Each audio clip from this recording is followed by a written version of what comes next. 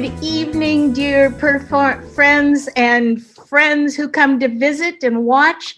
This November virtual poetic license is an open mic featuring original poetry, solo acoustic music, story, and spoken word performance. My name is Donna Scheer, and I am thankful to be hosting this evening. This month's theme is gratitude. Thank you to Andrew Richards, who pilots us through this virtual format. Thank you, FCTV.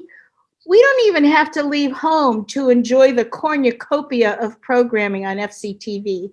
There's Falmouth in Focus, COVID updates for our area.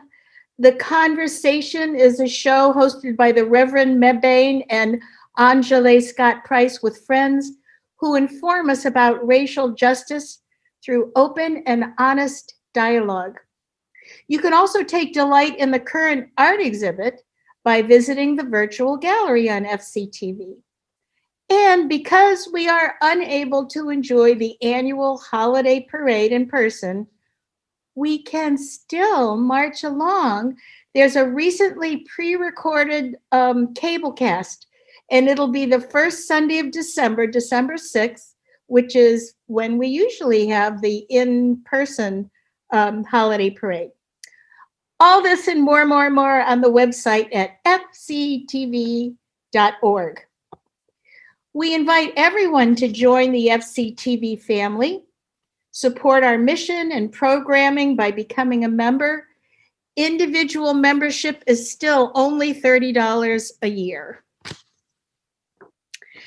And now, for the performances, it's our turn to show our gratitude by sharing our creative voices. Tonight, we welcome a new performer.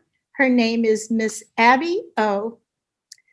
When I read your name, when it's your turn, unmute your mic and repeat your name. You'll have a 4-minute time slot for your creative share. Andrew is the timekeeper.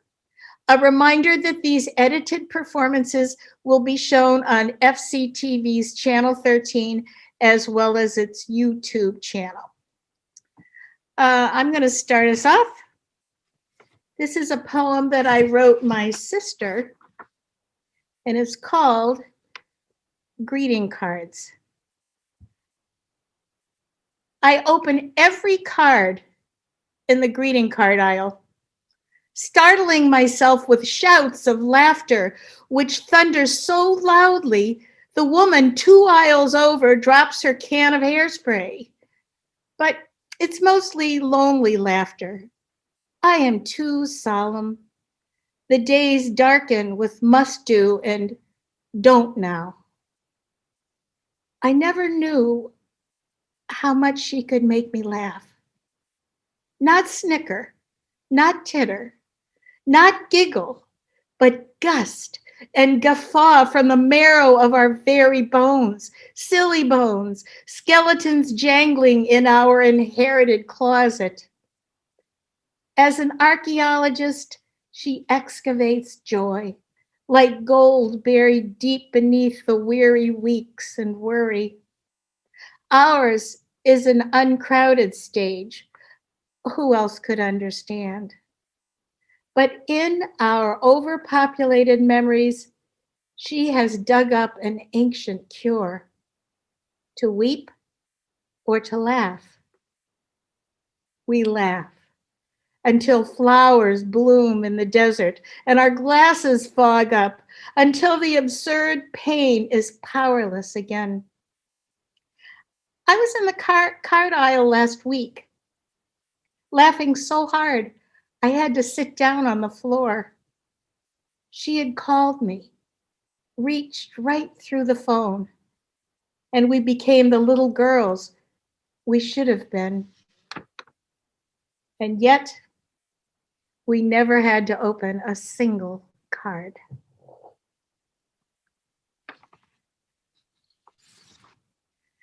All right, thank you. Lynn Vitti, it's your turn first. You're first up, my friend. Thank you. So I've pulled some gratitude poems. I didn't think I had that many, and I had a lot more than I thought I had, so that made me relieved. This one is from my first chapbook, Baltimore Girls. There I am with the rose in my mouth, teeth. Diva. Stand up in front of your class on a rainy day when everyone's done the homework, with 20 minutes to kill before the bell. Sing Secret Love or Young and Foolish, unaccompanied. Bother Mrs. Smith till she lets you sing a solo.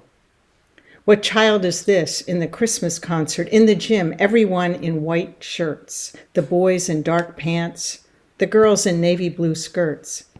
Yours is a cheap one from Epstein's in Highlandtown because your mother says you'll only wear it once. Why spend more money?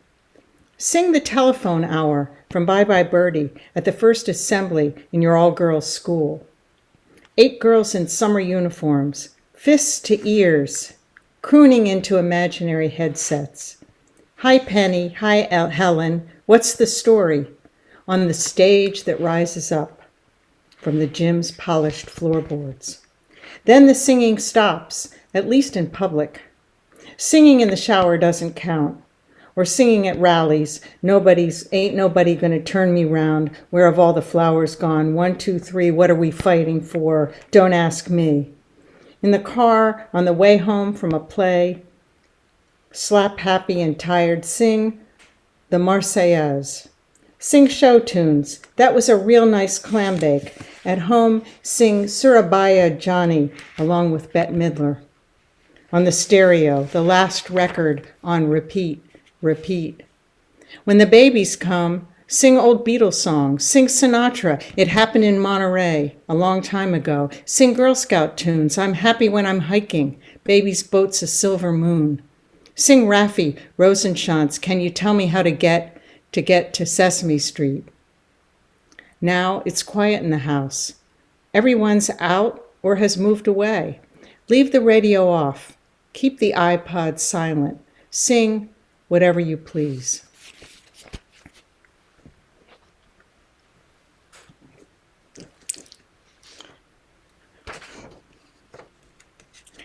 This poem is for my old math teacher, Sister Mary Johannes.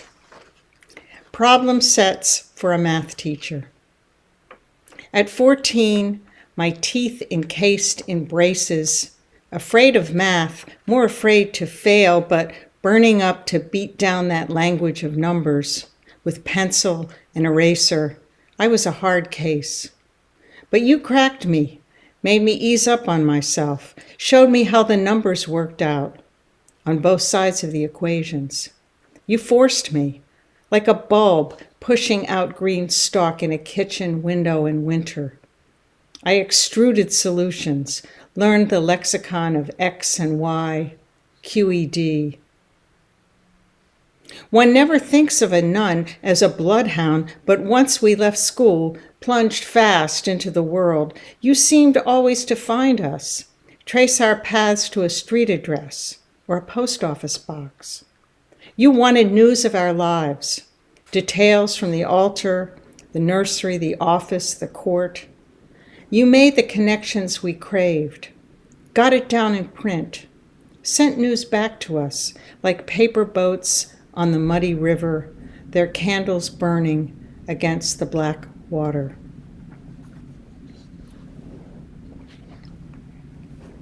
I'm watching my time. Pink sky. My water broke in the supermarket. I forgot what I was there to buy. When it happened, I thought of the day your older brother was born. A too slow early morning drive to the hospital, only to waiting, stretching into noon. The morphine shot, the junkie nod for hours, opening my eyes and seeing a round clock on the white wall had advanced another hour. More nodding off, dry mouth, then the Pitocin drip that nudged me along. More task-minding than hard labor, till the long day collapsed into evening, then dusk, then night. This time was different. Embarrassed, standing at the end of the bread aisle, I wondered how fast I could get home, clean up. After a crescendo of contractions, your father and I made the late-night drive. I was calm. I took a shower. The pains came faster, stronger. I braced myself against the shower walls, warm water pelting my back as I bent over, waiting for a respite. It went faster, more intense. Nurses appeared. Your father and I breathed in tandem. So you emerged at last, half pulled out rather than coaxed, by a stern nurse. Then you were caught by the doctor, who slipped to the foot of the bed at the last moment. He laid you, slippery and warm, on my chest. Your father nearly fainted with fatigue and hunger, he admitted days later. I sent him home to rest. I watched the sun come up over bare trees, over the golf course. I could see a stripe of pink sky against the gray. A sun forcing its way up. Someone brought you to me then, again, this time cleaned up, swaddled in white flannel, sleeping, warm. I named you then, name of unknown Etruscan origin, name of builders of tall houses, set on high precipices, shielded by walls.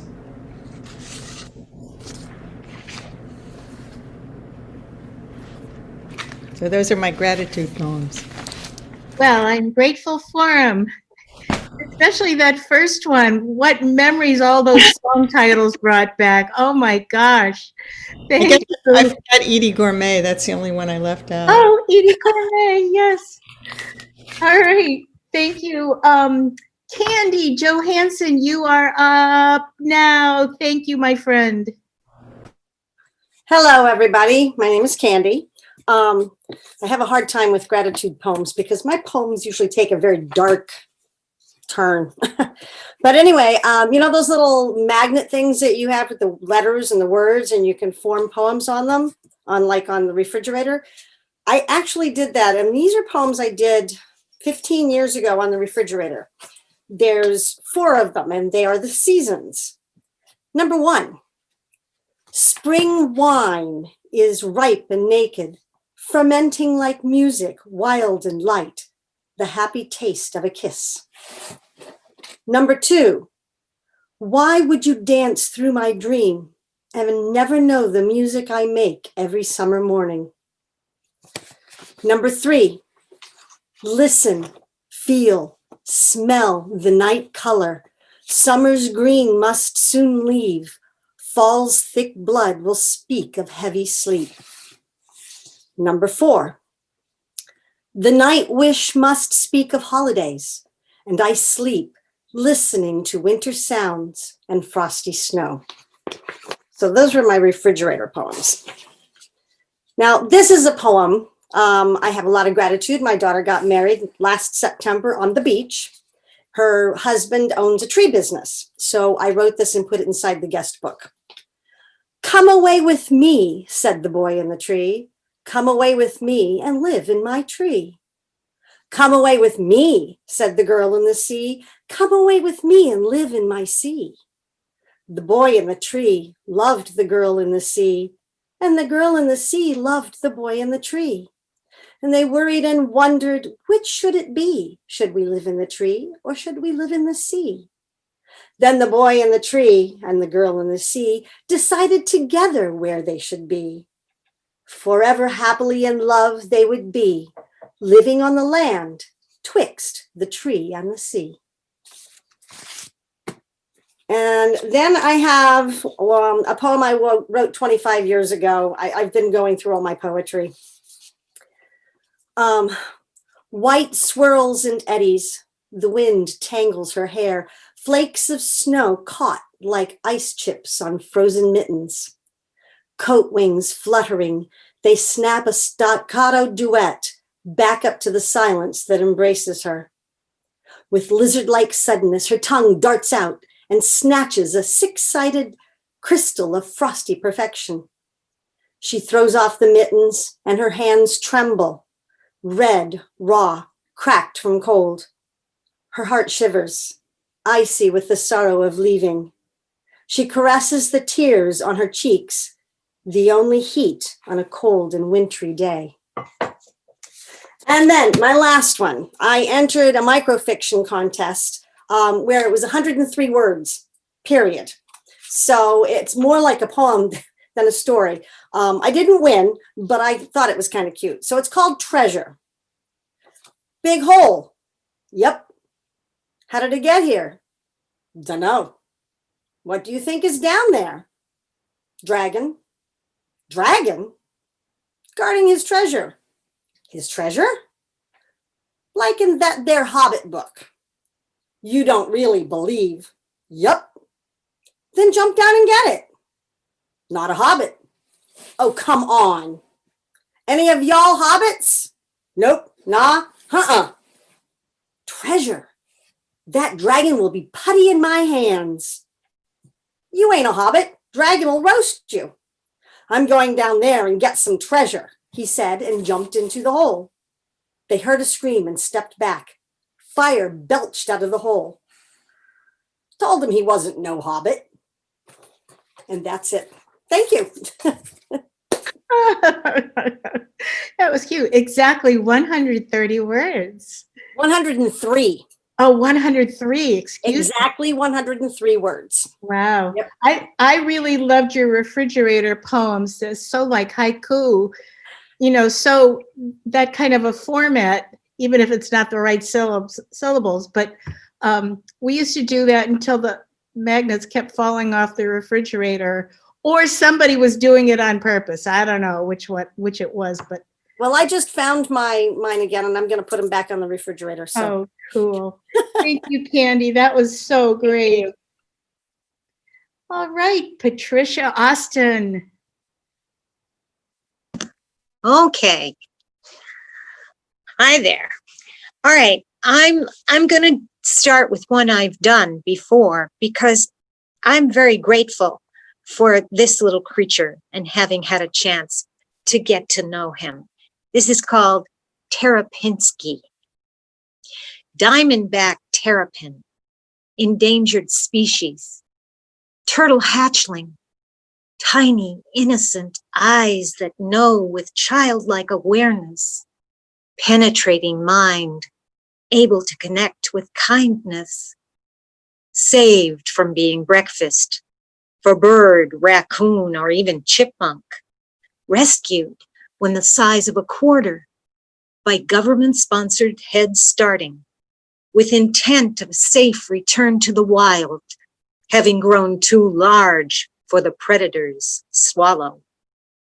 Loved by keepers in momentary sanctuary, even though loving the wild is not ascribed. Growing and preparing to work the forces of the wetland, released back into the great marsh to reproduce and multiply. Alive, we hope, in his own world, despite the danger. I named him Terrapinski, an extraordinary creature. Now this one, I'm grateful that we know this, and I hope that we come to our senses and do the right thing. Anyway, this is called Point of Fact and Food for Thought. The mystical process of photosynthesis, which takes place in the plant kingdom, a kingdom made of flowers and trees and brambles and weeds, forests and jungles, and plankton and seaweed, grasses and farmlands, backyards and parklands, utilizing the electromagnetic radiation known as light to transform water and carbon dioxide into sustenance, nourishment, glucose, food for the world of vegetation, while simultaneously extruding, exuding, expelling oxygen into the air for the survival of the animal kingdom, the kingdom animalia in all its regalia, multicellular without chlorophyll, chirpy little furry creatures, birds that sing and colonize as wildlife, and civilized in congregate communities of human tribes and villages, eventually of nation states, creatures that breathe and share the air, supplied by photosynthetic power. Stops at 104 degrees Fahrenheit.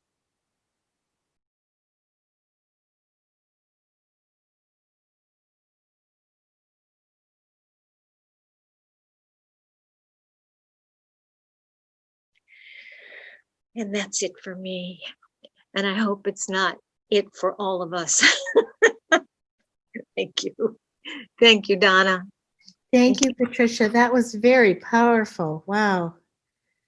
And it just kept building and building and building and building. So thank you for that. Good reminder.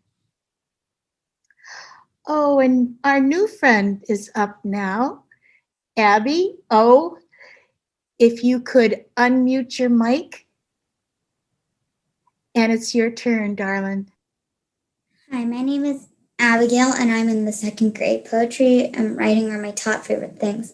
I noticed that people need more hope and confidence in this new world.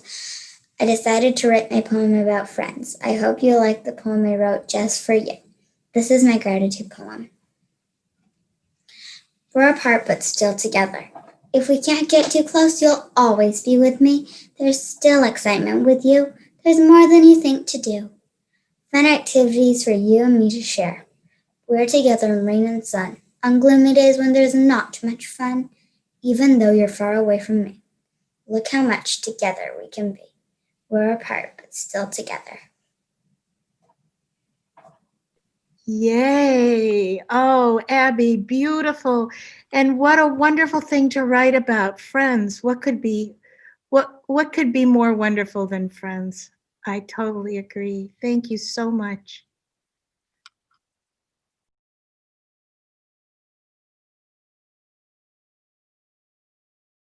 Joyce Wilson, it is your turn, my dear.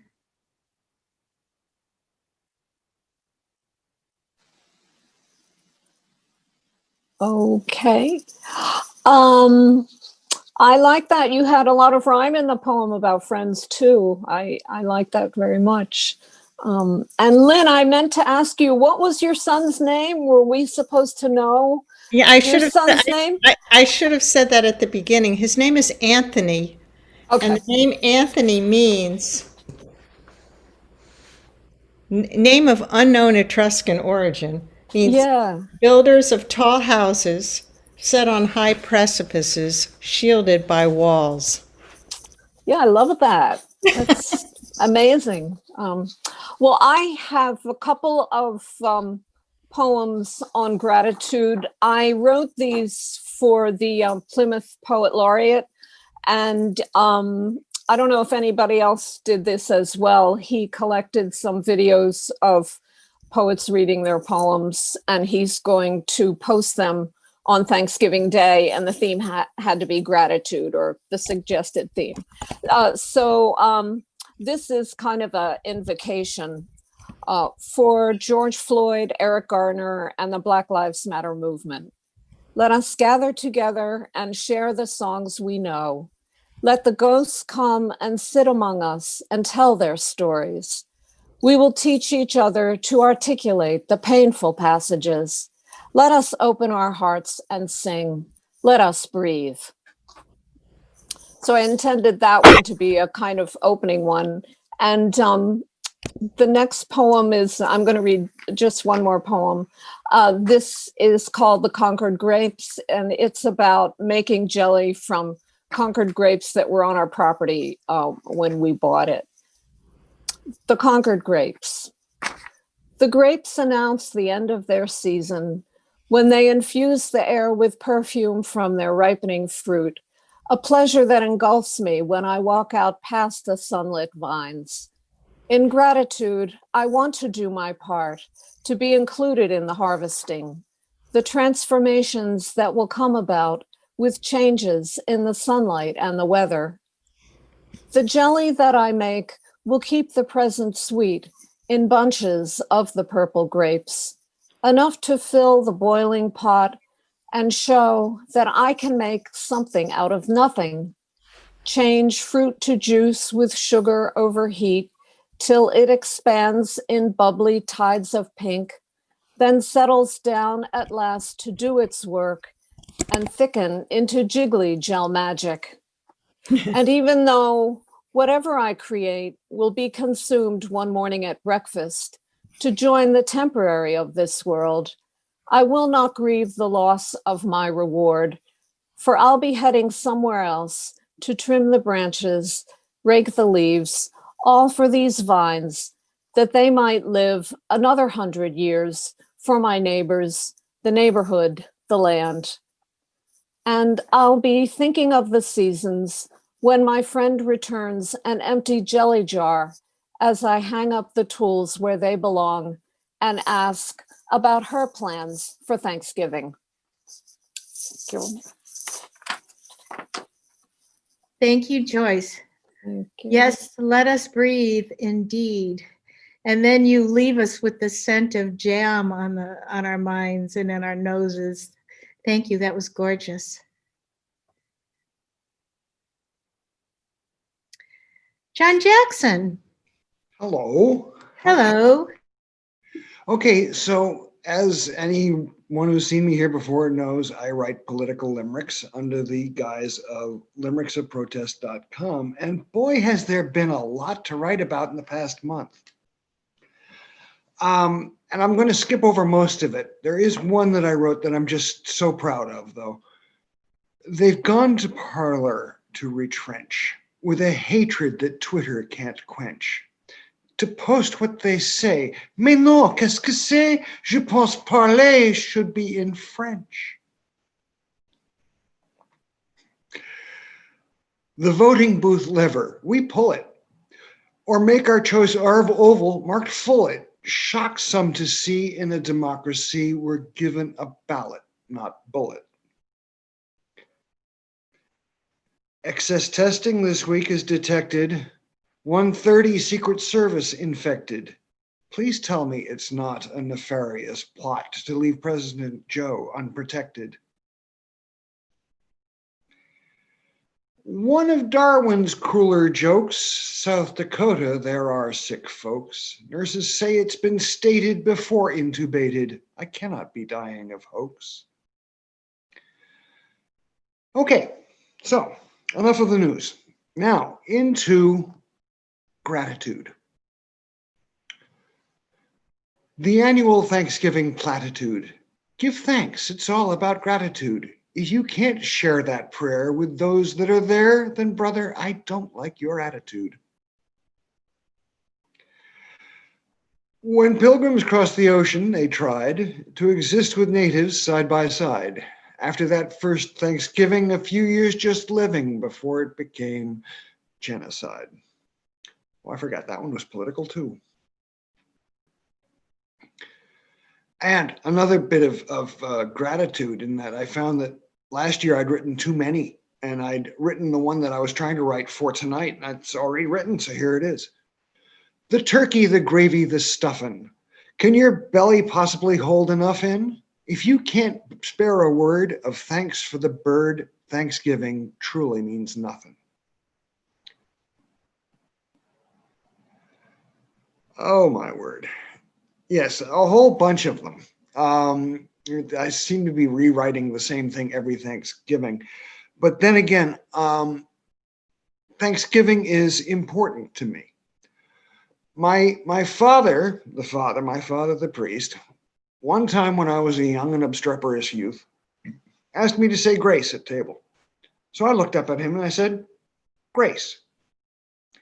He wadded up his napkin, threw it at me from across the table, pegged me square between the eyes, and said, "You be thankful I don't wipe my mouth with a brick."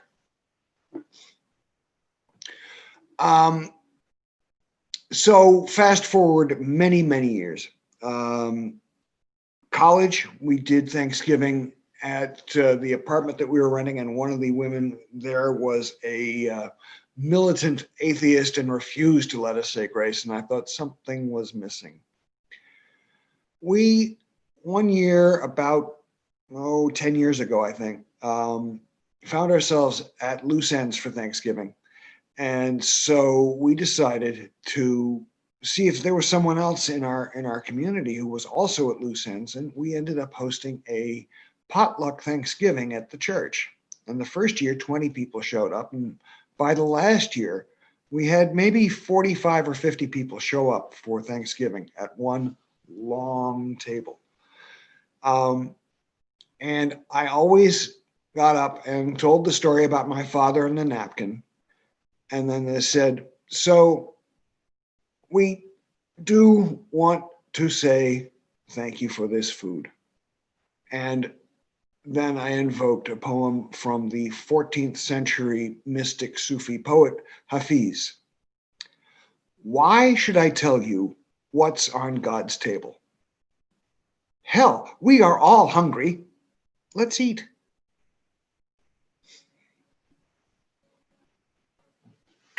Was that really Hafiz? Yes, I mangled it just a little bit, but that's the George Coleman translation of one of Hafiz's poems. Oh, I love it. As I've mentioned before, my touchstone, my go-to is Grooks by Piet Hein, so I am very much enamored of the very short poem.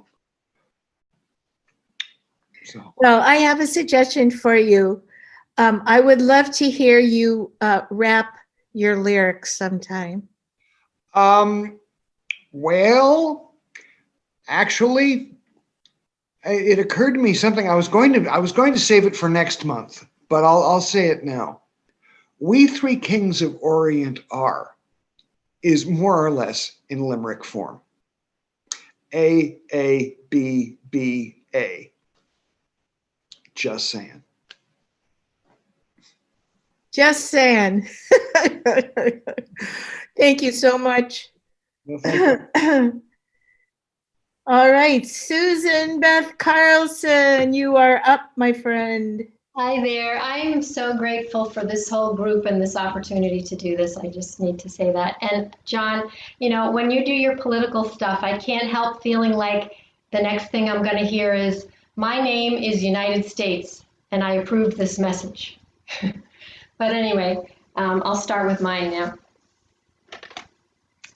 What I'm especially grateful for right now is the earth and the children. November 28th is World Compassion Day. So I'd like to share a collage of songs and poems that celebrate compassion for the children of the earth. A little seed. By the way, tonight feels so synchronous. Everything seems to kind of fit together. And I didn't even realize when I put on Sloan Wainwright's shirt today, I just threw it on and I never wear it. And it has seeds in the middle of a sun. And most of what I'm doing has to do with seeds. But anyway, a little seed is the start of something that can grow into something bigger. So this is a way to help the seed of you to grow. This is from the song Swirling Earth. And actually, what I'm going to do first is I'm going to show you a little dance that goes with it, or it can be done sitting down. And it goes like this. Take a deep breath in and let it out like this. Release all your cares of the moment. And then you're going to take 3 steps forward like this. 1, 2, 3. Receive whatever comes. And then 3 steps back. Return and bring your gifts to the world, and reach up and sparkle your fingers and let them shine like the sun. Okay, so you can do the same thing sitting down if you want. And I'm going to sing the song, the music that goes with it. Release all your cares of the moment. Let me see the hands. Release all your cares. No, release them. Take a deep breath in. Release all your cares of the moment. Receive whatever comes. Return and bring your gifts to the world and let them shine like the sun. Let me see them sparkle. Yeah. One more time. Release all your cares of the moment. Receive whatever comes. Return and bring your gifts to the world and let them shine like the sun. Beautiful. Thank you for doing that along with me. And this next one is, let's see. This is called Open Hearts. And this has a dance. I'll show you how this one goes. And then I'm gonna, so this one, you have to check with a parent or teacher or somebody if you're gonna do this, but you can either touch hands or just reach to the center of a circle. So you get in a circle with the people that you're with, and you put your hand in like that, like the spokes of a wheel, and your other hand is gonna make your heart beat. And then you walk forward, and when you walk forward doing that, you go around in a circle like a wheel.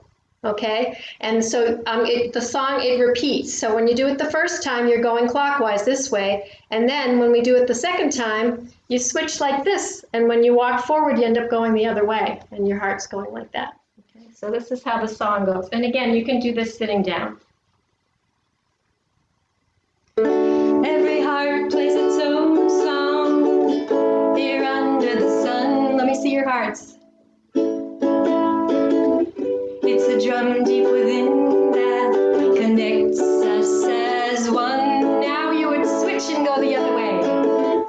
And sing it with me. Every heart sings its own song here under the sun. It's a drum deep within that connects us as one. Oh, thank you for beating your hearts together. That was wonderful.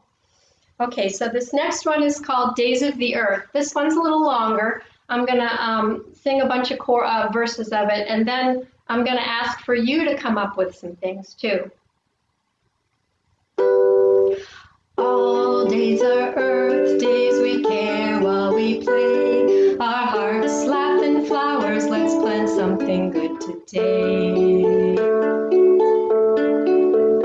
I'm the seed of joy, I'm the seed of peace and love. I'm the seed of an idea growing from the light above.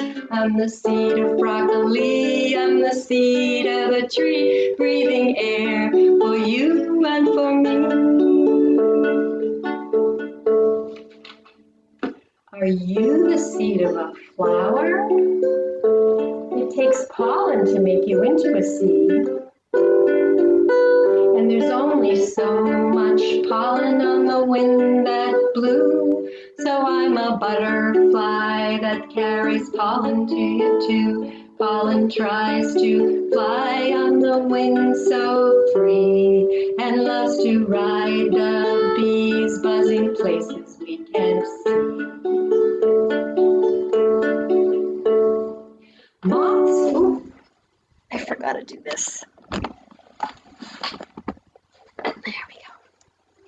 Moths and bats and birds, oh my! It isn't just bees and butterflies. They all carry pollen and don't even know the important job they do as they go. What are you the seed of? If you want to unmute yourself and tell me what you're the seed of, and then tell me what you want to say about that, we'll put it into the song. Anybody get an idea? How about a dragonfly? Okay. And what's your dragonfly doing? Swimming around the marsh, or no, flying around the marsh. Okay. I'm the seed of a dragonfly, flying around the marsh. Oop. I'm the seed of a dragonfly. Yes, yes, I am. And I'm flying around the marsh as fast as I can. Anybody else? I see someone talking, but I don't hear anybody. Go ahead. A honeybee. A honeybee. Okay. And what's your honeybee doing? Sucking honey from a flower. What is it doing? Sucking honey from a flower. Okay. I'm the seed of a honeybee, flying to the flower and sucking the honey to put in my comb. Anybody else? Milkweed. And what's your milkweed doing? And my milkweed is flying around on its white hair. Okay. I'm the seed of milkweed with beautiful long white hair. And I forgot what it's doing. It's flying around. It's flying around almost everywhere. Okay, I'm going to sing you some that, unless someone has another one. Anybody? Okay, I'm going to sing you some that some of the kids have done when I've done this. I'm the seed of a helper. Oh, one of the kids said, I'm the seed of my mommy and daddy. I loved that one. I'm the seed of a helper of a coconut tree, of a mermaid dancing, an invention made by me. I'm the seed of a dinosaur, a unicorn too, of a green bean teacher, an invention that we grew. Well, I'm the seed of a singer, and I'm dancing too. I'm the seed of a friend, an invention made with you. What are you the seed of? Okay, so that's it for the songs. I just have a couple of short poems and one longer one, and then I'll be done. This popped into my head as I was washing the dishes one morning while looking out the window. It's called Save. Savor the trees, savor the breeze, savor the nourishing rain that falls, savor the suds, savor the buds, savor the things that connect us all. And this one is called Ingratitude. I'm grateful for Big Baby and Little Baby, my childhood toys. I'm grateful for my son, both in the sky and in my grown-up boy. I'm grateful for the woman in line at the grocery store who offered to buy me groceries due to my high risk. I'm grateful for my dear friend who is willing to discuss divergent views both with passion and compassion. I'm grateful for spirit in all its expression. I'm grateful for the little babies we once were, and I'm grateful for the big babies that cry out each in their way for us to do better. And this is the last poem. It's called Earth Song. The earth sings its glissando of whispered breezes and ocean arpeggios, gentle portamento of waves, kissing the shore again and again, wooing the ocean partners on to dance. Whales sing their ocean song to all the loved ones o'er the sand. Children splash in playful rhythms, emerging toward the land. And the children of their children, planting seedlings in the sun, nourished seedlings nourish us as blossoms flourish one by one. As they look up toward the heavens, notice symphonies of flight, resonate with whales and children of the light.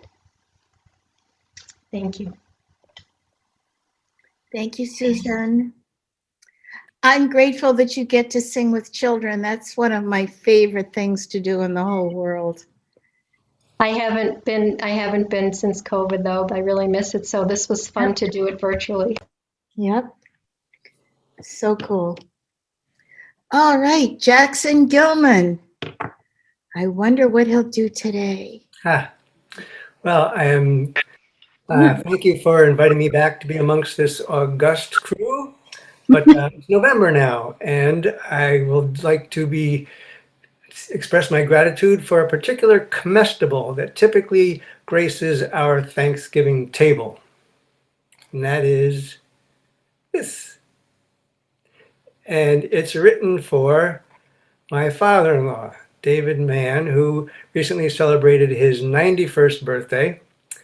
And during the course of his growing cranberries for well over a half a century, he served as the president of the Massachusetts Farm Bureau and was an ocean spray director. And he was actually the key mover shaker to make the transition from dry harvesting to water picking. And it was his daughter, Susan Mann, grew up working on the bogs, and this qualifies her to be considered a bog rat. And that is not a pejorative. I think most bog rats generally are very proud of that moniker. Anyhow, she and I wrote this for David, who 70 some years ago had crimson dreams. And that's the name of this. First you find a field that's vacant, barren, and flat. Then you doze it all up and you lay down a thick peat mat. You got clay underneath to keep it all wet. You disc in the vines and now you're all set with a mountain of sand and a rising mountain of debt. Now, cranberry growers do have to have mountains of sand because every couple of years you have to spread that sand over the bogs, and that helps the cranberries grow. And you also end up with this huge mountain of debt after you've built a bog, because it takes a lot of time, a lot of investment, and you're not going to see a penny of that huge investment for a number of years before the vines can really start producing. So in the meantime, while you're waiting, you don't just wait, there's a lot to do. You have to practice integrated pest management. And the acronym for that is IPM. Make sure the bugs don't get ahead of you. And you have to make sure the weeds don't get ahead of you. And there's a lot of weeding to be done. And there's a particular weed that cranberry growers around here have to really look out for, and it's called dodder. Now you've done everything to make a cranberry bog, but there's no time to sit around like a bump on a log. You practice IPM. You check on the water. You pull up the weeds and do what you oughter. You got crimson dreams, but hey, look out for that dodder. Now, folks around here know the drill. When you harvest, you flood the bogs. People from away see the bogs with cranberries floating on them, and they might think that the cranberries grow in water. Well, they don't. They grow on vines in the bog, and it's not until harvest time that you flood the bogs. And cranberries are hollow, so they like to float, but they are attached to the vines. So in order to get them to float all the way to the top, you have to use these giant machines. They look like giant big egg beaters that knock them off the vines and they float up, and then you can corral them and suck them into these big machines. So when you flood the bogs, there's gold in them there pools, where the water's rising, a tide full of ruby red jewels. You've done everything right. You've worked hard and long. It's taken 3 long years, but now you're singing a song when the red, red berries go bob, bob, bobbing along. You'll be so happy. You'll be so merry. You'll sing out the praises of the tart cranberry when the red, red berries go bob, bob, bobbing along. Sing it with me. You can unmute yourself. When the red, red berries go bob, bob, bobbing along.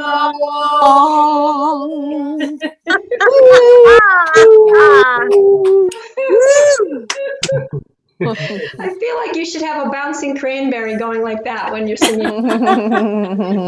I've got a song all about bouncing cranberries, but that's my time. Thank you, Jackson. You're welcome. That was awesome. Let's see. Well, we were afraid we weren't going to see Christina today, but there she is. Christina Laurie.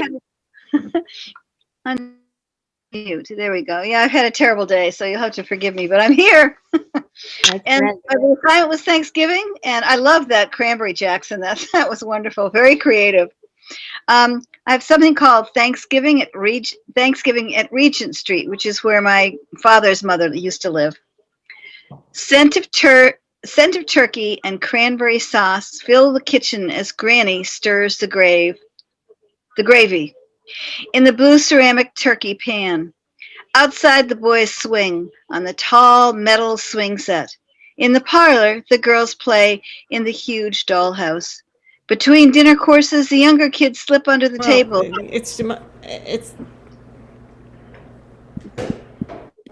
Between dinner courses, the younger kids slip under the table to tickle the parents' legs. I wonder why Uncle Bart doesn't laugh, till my cousin tells me that I chose the leg he lost in World War II. Then another one called Granny's Jam, which is, again, for my grandmother, who taught me how to make marmalade. Granny's Jam. With feet squarely planted, hair clutched in a bun, ingredients gathered, Granny's work has begun. She stands at her stove, wooden spoon in her hand, stirring and stirring her famous peach jam. Her faded frilled apron a history reveals, and wiped on her belly stains from yesterday's meals. Out of its pocket, her laced hanky peeks as the perfect taste she laboriously seeks. Her red jam pot steams, she hums her own song. A rolling boil moves the jam along. Soon glass jars are filled and ready to store. She wipes her hands on her apron once more. So that's my Thanksgiving. Those are for my grandma. Granny Gumry is her name. And I just want to say, can you see this? This is the book, the cover for my new poetry book. I'm trying to figure out how you can you see it there? It's called Per Poem. Can you hold it back just a little bit? Oh, yeah. Yeah, that's better. Per Poems. It's called Per Poems, Kittens and Cats. And this picture is, now can you see it there better? I love the cat on the front. Anyways, it's coming out the week before Thanksgiving, and it's a book full of poems about cats and kittens. So. Awesome. Can't wait. Neither can I. Oh, it's my COVID creation. Thank you, Christina. Yeah, nice to see you. It's good to see you too. And it's good to see Lee Drescher. Lee, yeah. Hello, friend. Hi. Nice to see everybody. This is a song that I wrote somewhere along the line for one of my children's shows, and it's a thank you song. The sun in the sky shines down each day. The stars at night show me the way. The universe is an awesome place. Here I am in my own little space. Thank you, world, for the wonders I see. Thank you, world, for making me me. Thank you, world, for the people I love. Thank you, Lord, for the stars up above. Trees and plants are wonderful things. Grass that grows green in the early spring. Animals all are miracles too. You each one unique, like me and like you. Thank you, world, for the wonders I see. Thank you, world, for making me me. Thank you, world, for the people I love. Thank you, world, for the stars up above.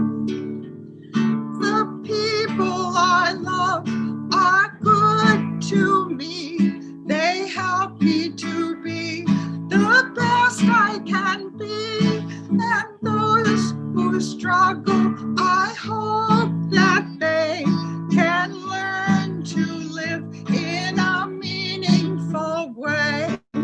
Thank you, sing along. Thank you, world, for the wonders I see. Thank you, world, for making me me. Thank you, world, for the people I love. Thank you, world, for the stars above. And that's it.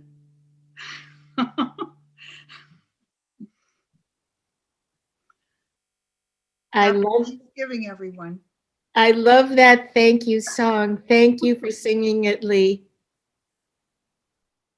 My pleasure. Thanks for the opportunity.